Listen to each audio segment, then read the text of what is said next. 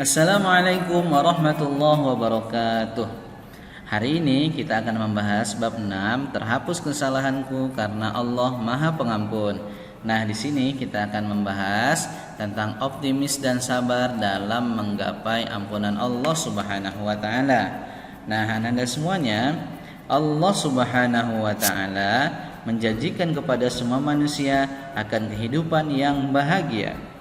Pada saat yang sama, Allah Subhanahu wa taala memberikan kepada manusia kesulitan, kesusahan, kekhawatiran, ketakutan, kekurangan makanan dan lain-lain untuk menguji manusia mana yang paling baik di antara mereka. Nah, manusia yang beruntung adalah mereka yang menjalani ujian yang Allah berikan, ya. Siapa mereka? Mereka yang ada iman di dalam hatinya dengan keimanan yang kokoh dan kesabaran serta memiliki rasa syukur. Nah, Pak, apa sih sabar? Apa sih syukur? Kita akan bahas apa itu sabar, apa itu syukur.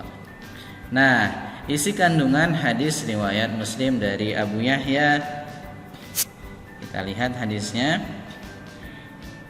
An Abi Yahya Suhaib bin Sinan qala Rasulullah sallallahu alaihi wasallam ajaban li amril mu'min inna amrahu kullahu khairun wa laysa dzalika li ahadin illa lil mu'minin in asabathu sarra'u syakara fa kana khairan lahu wa in asabathu dharra'u sabara fa kana khairan lahu.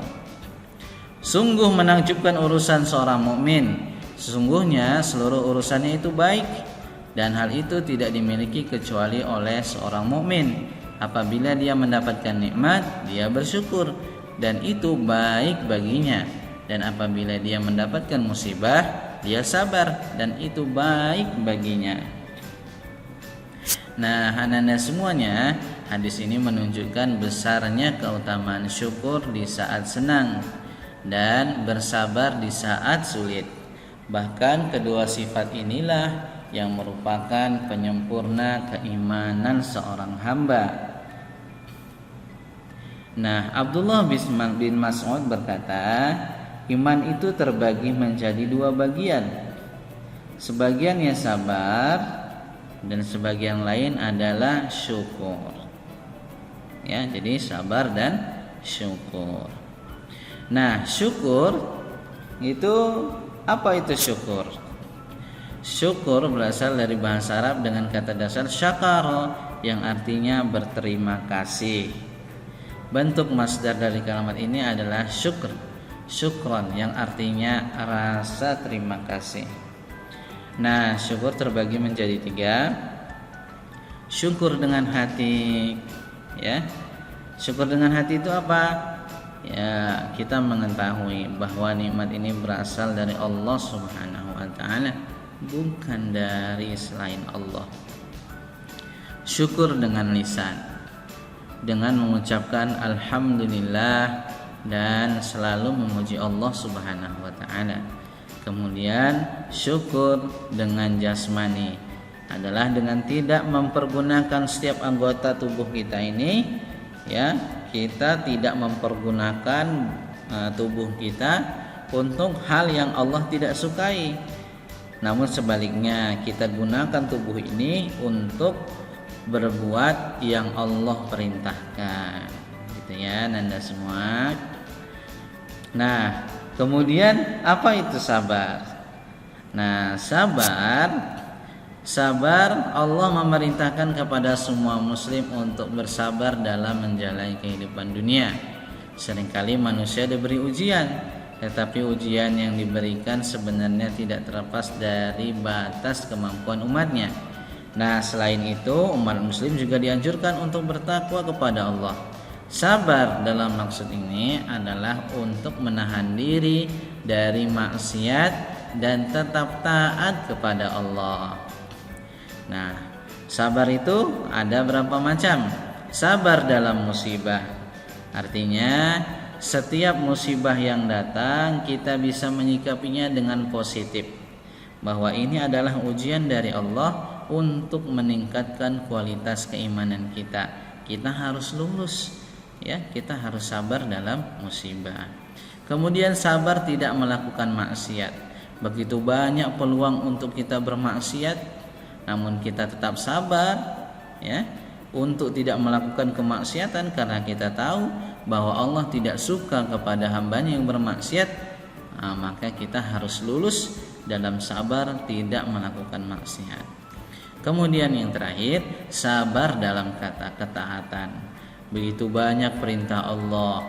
Ketika ngantuk kita harus sholat subuh. Ketika pulang kerja capek kita harus sholat isya. Ketika ananda pulang sekolah capek harus sholat asar. Nah, ini semua jika bisa kita lakukan dengan baik, maka kita sudah lulus dalam sabar dalam ketaatan. Nah, siapa di sini yang mau lulus dalam sabar dan syukur? Masya Allah, semuanya mau ya. Alhamdulillah. Nah, nanda semuanya, dalam Al-Quran Allah Subhanahu wa Ta'ala memuji secara khusus hambanya yang memiliki dua sifat ini sebagai orang-orang yang mengambil pelajaran ketika menyaksikan tanda kekuasaan Allah. Inna fi a'udzubillahi minasyaitonirrajim. Bismillahirrahmanirrahim. Inna fi dzalika laayatin likulli sabbarin syakur. Sesungguhnya pada yang demikian itu benar-benar terdapat tanda-tanda keesaan Allah bagi setiap orang yang sangat sabar dan banyak bersyukur. Nah, nanda semuanya, ya, dalam hadis ini, ya, dalam hadis riwayat Muslim dari Abu Yahya, setidaknya ada beberapa penjelasan yang bisa kita petik. Yang pertama, bahwa hadis ini menjelaskan tentang keutamaan orang mukmin sehingga Rasulullah SAW mengungkapkan kekagumannya. Yang kedua, keterangan bahwa hanya orang yang beriman sajalah yang mampu eksis dalam segala kondisi dengan keimanan tersebut, baik senang maupun susah, bahagia atau sengsara, sehat atau sakit, dapat nikmat atau musibah, orang beriman selalu kuat dan bisa mengatasinya. Yang ketiga, kehidupan manusia di dunia ini berputar. Kadang kita di bawah, kadang di atas. Dan ini adalah sunnatullah yang telah ditetapkan pada hamba-hambanya. Kemudian yang keempat, kewajiban untuk bersyukur saat mendapat nikmat dan bersabar ketika mendapat musibah. Yang kelima, penegasan bahwa seorang mukmin memiliki kewajiban beribadah kepada Allah dalam setiap kondisi. Nah, dalam kondisi apapun kita harus tetap beribadah kepada Allah. Jangan sampai kondisi itu menghalangi kita untuk beribadah kepada Allah Subhanahu wa Ta'ala. Nah, nanda semuanya, dengan kondisi apapun sebagai seorang mukmin kita harus tetap bersyukur kepada Allah Subhanahu wa Ta'ala dan bersabar setiap ada musibah. Pak, berat sekali itu ketika ada musibah kita harus bersabar. Nah, ini adalah ujian dari Allah Subhanahu wa Ta'ala. Nah, nanda semuanya, hadis tersebut juga menjelaskan bahwa kehidupan seorang mukmin seluruhnya bernilai kebaikan dan pahala di sisi Allah, baik dalam kondisi yang membuatnya senang ataupun susah. Seorang hamba yang sempurna imannya akan selalu bersyukur kepada Allah dan bersabar ketika mendapat musibah. Pak, banyak sekali tugas PR. Nah, bersabarlah. Bersabar di waktu susah, maka itu adalah bagian dari orang-orang mukmin. Nah, syukur merupakan bagian dari akhlak mulia yang muncul karena adanya rasa kecintaan dan keridhaan kepada Allah, ya. Nah, apapun yang Allah beri kita harus bersyukur. Bersyukur dengan lisan. Caranya bagaimana? Dengan mengucapkan alhamdulillah. Nah, di sini ada hadis Nabi SAW dari Imam At-Tirmidzi yang diriwayatkan dari Abdullah bin Abbas. An Abil Abbas Abdullah bin Abbas radhiyallahu anhu qala Rasulullah sallallahu alaihi wasallam faqala wa'lam anna an-nasra ma'as sabri wa anna al-faraja ma'al karabi wa anna ma'al usri yusra. Dari Abdullah bin Abbas berkata, Rasulullah Shallallahu Alaihi Wasallam bersabda, ketahuilah sesungguhnya pertolongan dari Allah Subhanahu Wa Taala itu selalu menyertai kesabaran, dan jalan keluar dari kesulitan selalu menyertai kesulitan, dan kemudahan selalu menyertai kesusahan. Nah, anak-anak semuanya, hadis ini adalah luar biasa. Ini motivasi dan janji yang Rasulullah Shallallahu Alaihi Wasallam berikan kepada kita. Pertolongan Allah senantiasa bersama orang-orang yang sabar. Kemudian kemudahan selalu disertai dengan kesulitan, beserta dengan kesulitan. Setiap ada kesulitan, kesusahan, pasti ada kemudahan. Nah, Anda semuanya, ini adalah janji Allah melalui Rasulullah Sallallahu Alaihi Wasallam. Janji Allah itu pasti benar. Nah, hadis ini menjelaskan bahwa apabila kita menghendaki pertolongan Allah, maka kita harus bersabar, sebagaimana firman Allah Subhanahu wa taala dalam surah Al-Baqarah ayat 153. Ya ayyuhalladzina amanu ista'inu bis-sabri was-salah. Innallaha ma'as sabirin. Hai orang-orang yang beriman, jadikanlah sabar dan salat sebagai penolongmu. Sesungguhnya Allah beserta orang-orang yang sabar.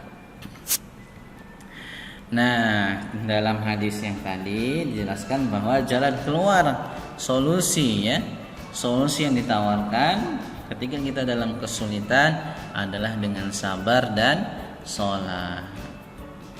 Fahim tuh ya Nanda? Iya. Nah, selanjutnya kita masuk ke hadis yang ketiga, yaitu kandungan hadis riwayat Imam Bukhari Muslim dari Abu Hurairah. Ya. Mengharap pahala dari setiap musibah.